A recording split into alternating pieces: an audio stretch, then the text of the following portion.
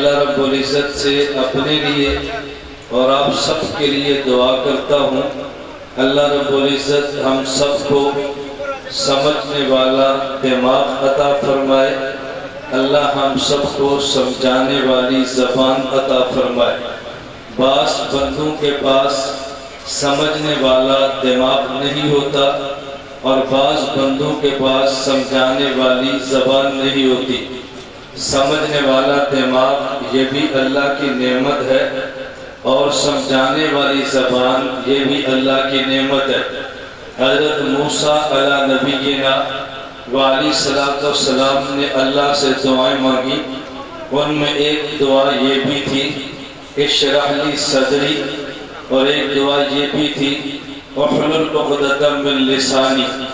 اشرح لی صدری کا معنی یہ ہے اے اللہ مجھ کو بات سمجھا دے، احلل عقدۃ من لسانی کا معنی یہ ہے اے اللہ مجھے سمجھانے والی زبان عطا فرما دے۔ ہم نے اپنے موقف کو سمجھنا ہے اور دوسروں کو اپنا موقف سمجھانا ہے۔ جب بھی کوئی اجتماع ہوتا ہے، جب بھی تحریک چلتی ہے، جب بھی کئی ادارے بنتے ہیں، وہاں 100% افراد نہ سمجھنے والے ہوتے ہیں نہ سمجھانے والے ہوتے ہیں۔ اگر کسی اجتماع اور کسی ادارے میں چند افراد کسی شخص کو مل جائیں جو بات سمجھنے والے اور بات سمجھانے والے ہوں، یہ اس ادارے کے اس شخص کی بہت بڑی کامیابی ہوتی ہے۔ ہمارا اجتماع صبح سے شام تک چلے، گفتگو مسلسل ہوتی رہے، اور جب آپ اٹھ کر جائیں آپ کے پاس کوئی مواد نہ ہو، آپ کے پاس دلائل نہ ہوں، آپ کے پاس گفتگو کے لیے کوئی چیز نہ ملے، اجر اور ثواب تو ملے گا، مجھے اس پر کوئی اعتراض نہیں ہے، لیکن اجتماع میں آنے کا آپ کو فائدہ کیا ہوا؟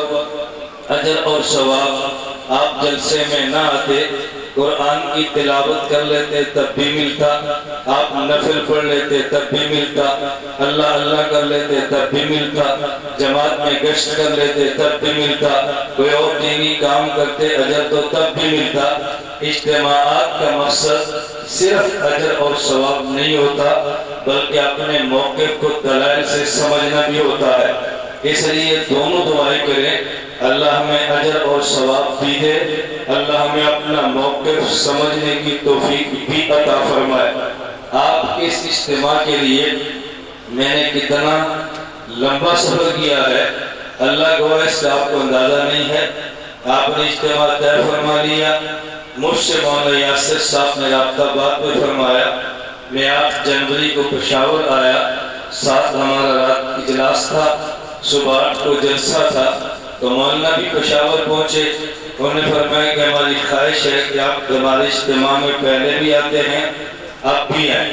میں نے کہا مولانا آپ نے اجتماع طے کر لیا ہے، میری مصروفیات اتنی سخت ہیں کہ آنا بہت مشکل ہے، لیکن ختم نبوت کے کاس اور مولانا یاسر اور ان کی جماعت، ان کے افراد سے محبت کی وجہ سے میں نے سفر کیا۔ کل 2 جلسے دن میں نے کراچی کیے ہیں، کل 2 جلسے میں نے رات کو لاہور کیے، ایک دن میں 4 جلسے، 2 کراچی اور 2 لاہور۔ رات 1:30 بجے میں نے بیان ختم کیا، صبح 6 بجے میں پشاور پہنچا، 7 بجے سویا، 10 بجے اٹھا، اور اس جلسے کے بعد پھر میں نے نشارہ بیان کرنا ہے، پھر میں نے پنڈی پہنچنا ہے، صبح پنڈی میرے 3 جلسے ہیں، پھر ناروال ختم کانفرنس میں پہنچنا ہے، پھر میں رات 11 بجے گھر پہنچوں گا۔ آپ اندازہ کر سکتے ہیں سفر کتنے مشکل ہیں، لیکن میں نے آپ کی محبت میں سفر کیا ہے، اور میری خواہش ہے میں اس سفر کو صرف اجر ثواب نہیں بلکہ دلائل کے ساتھ آپ کی خدمت میں پیش کروں۔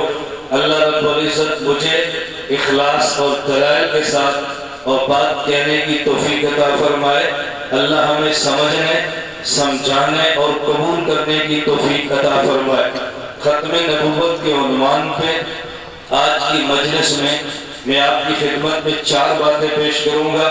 آپ نے ان چاروں کو سمجھنا ہے، محفوظ کرنا ہے، نہ یاد رہ جائے تو کیمرے کی آنکھ محفوظ کر رہی ہے، بیان ویڈیو ریکارڈ ہو رہا ہے، بعد میں اس کو سنیں اور بیان کرنے۔ میں اکثر طلباء سے کہتا ہوں آپ میری گفتگو سنا کریں، دلائل نوٹ فرمایا کریں اور بعد میں اجتماعات میں بیان کیا کریں۔